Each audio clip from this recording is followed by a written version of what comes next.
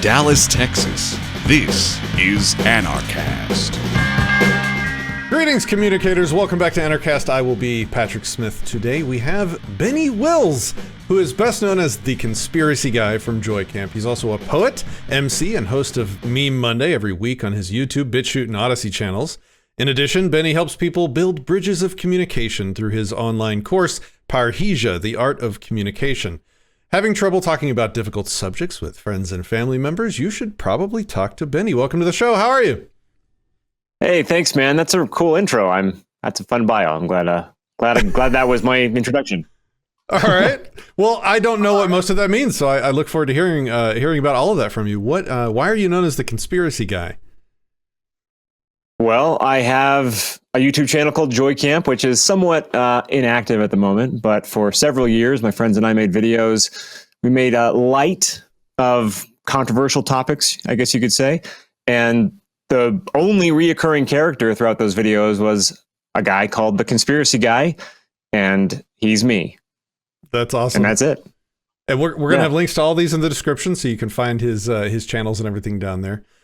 You're a poet. I remember seeing you doing some poetry last year at Anarchapulco.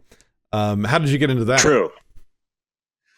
I kind of stumbled my way into it by accident. I if I'm being honest, it was a total accident. I was going through a real heartbreak about 5 or 6 years ago, and I needed to channel the energy. I needed to feel something different. So I decided to write a poem to distract myself.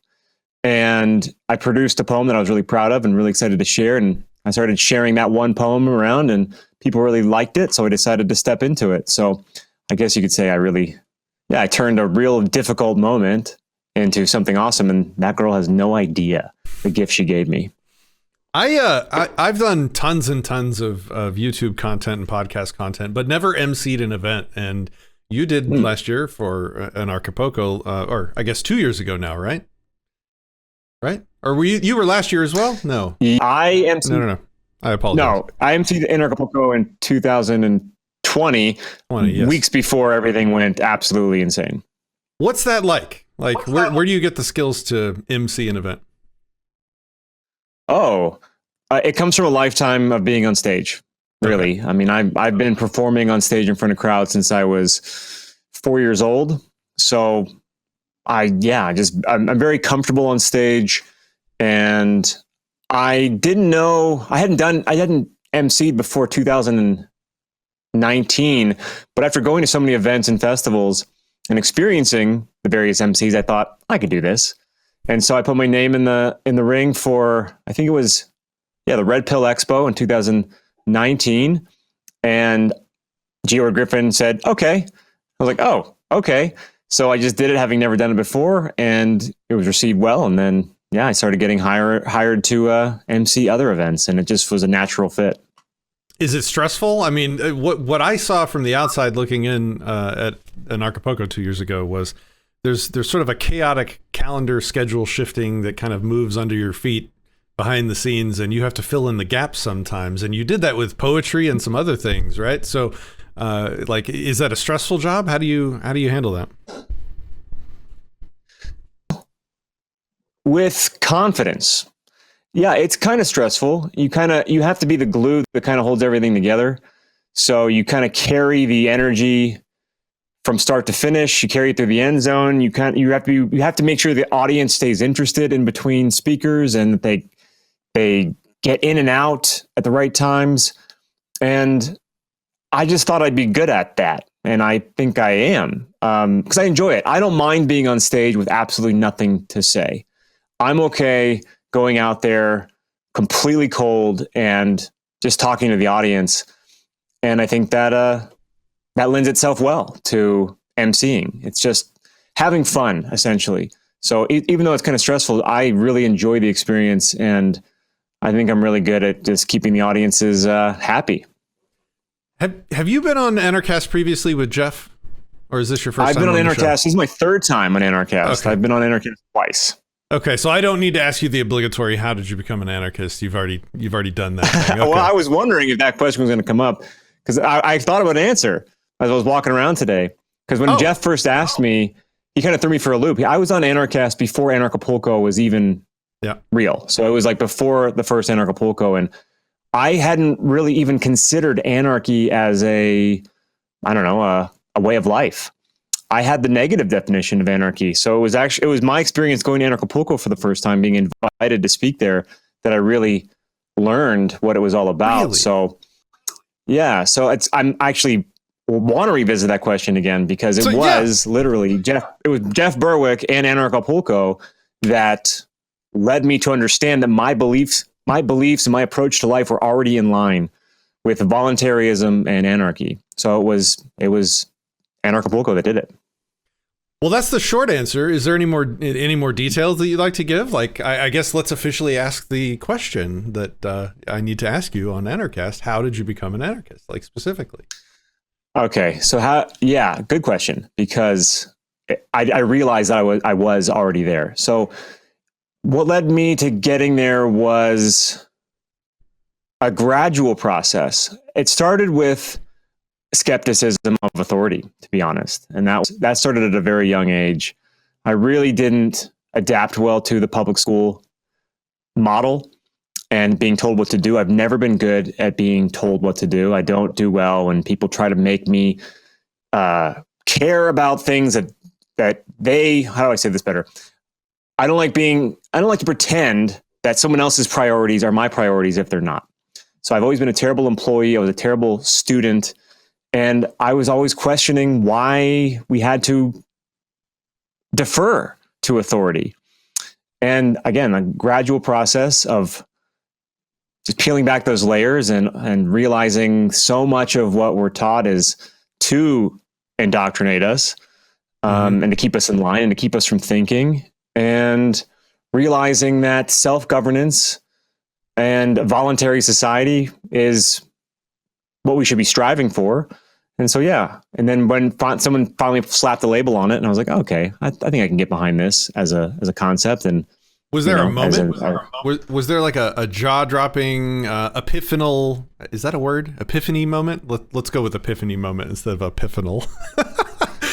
Well, I don't know. It depends, because I have several moments I point to when it comes to sort of my waking up in general. But as far as just anarchy specifically, I think my disillusionment in government started when I was in college, and it was post 9/11, and I was in San Francisco, and we had a guy named Peter Camejo come and speak at our school. And he was the running mate of Ralph Nader in the 2004 election.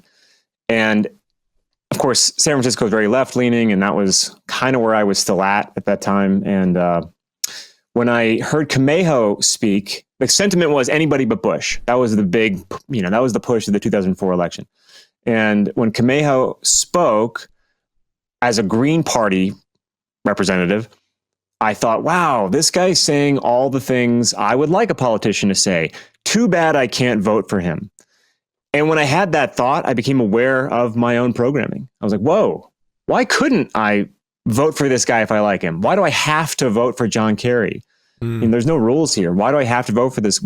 I actually like this guy. So it was that moment that kind of like cracked the foundation for me of the left-right, paradigm. And from there, it was just off to the races.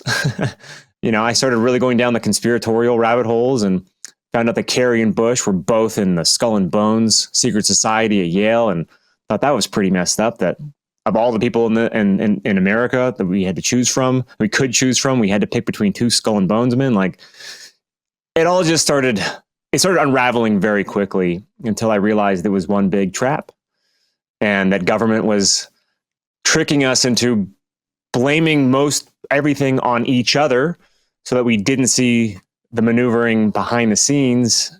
And eventually that led me to Anarchapulco. What is your favorite conspiracy that you think is false? Oh man, I don't want to get in trouble. Like these kinds of conversations can get you in trouble. Why? Not here. Not okay, with me. I'll tell you. I have one that I have a real hard time with, and people will debate me on it.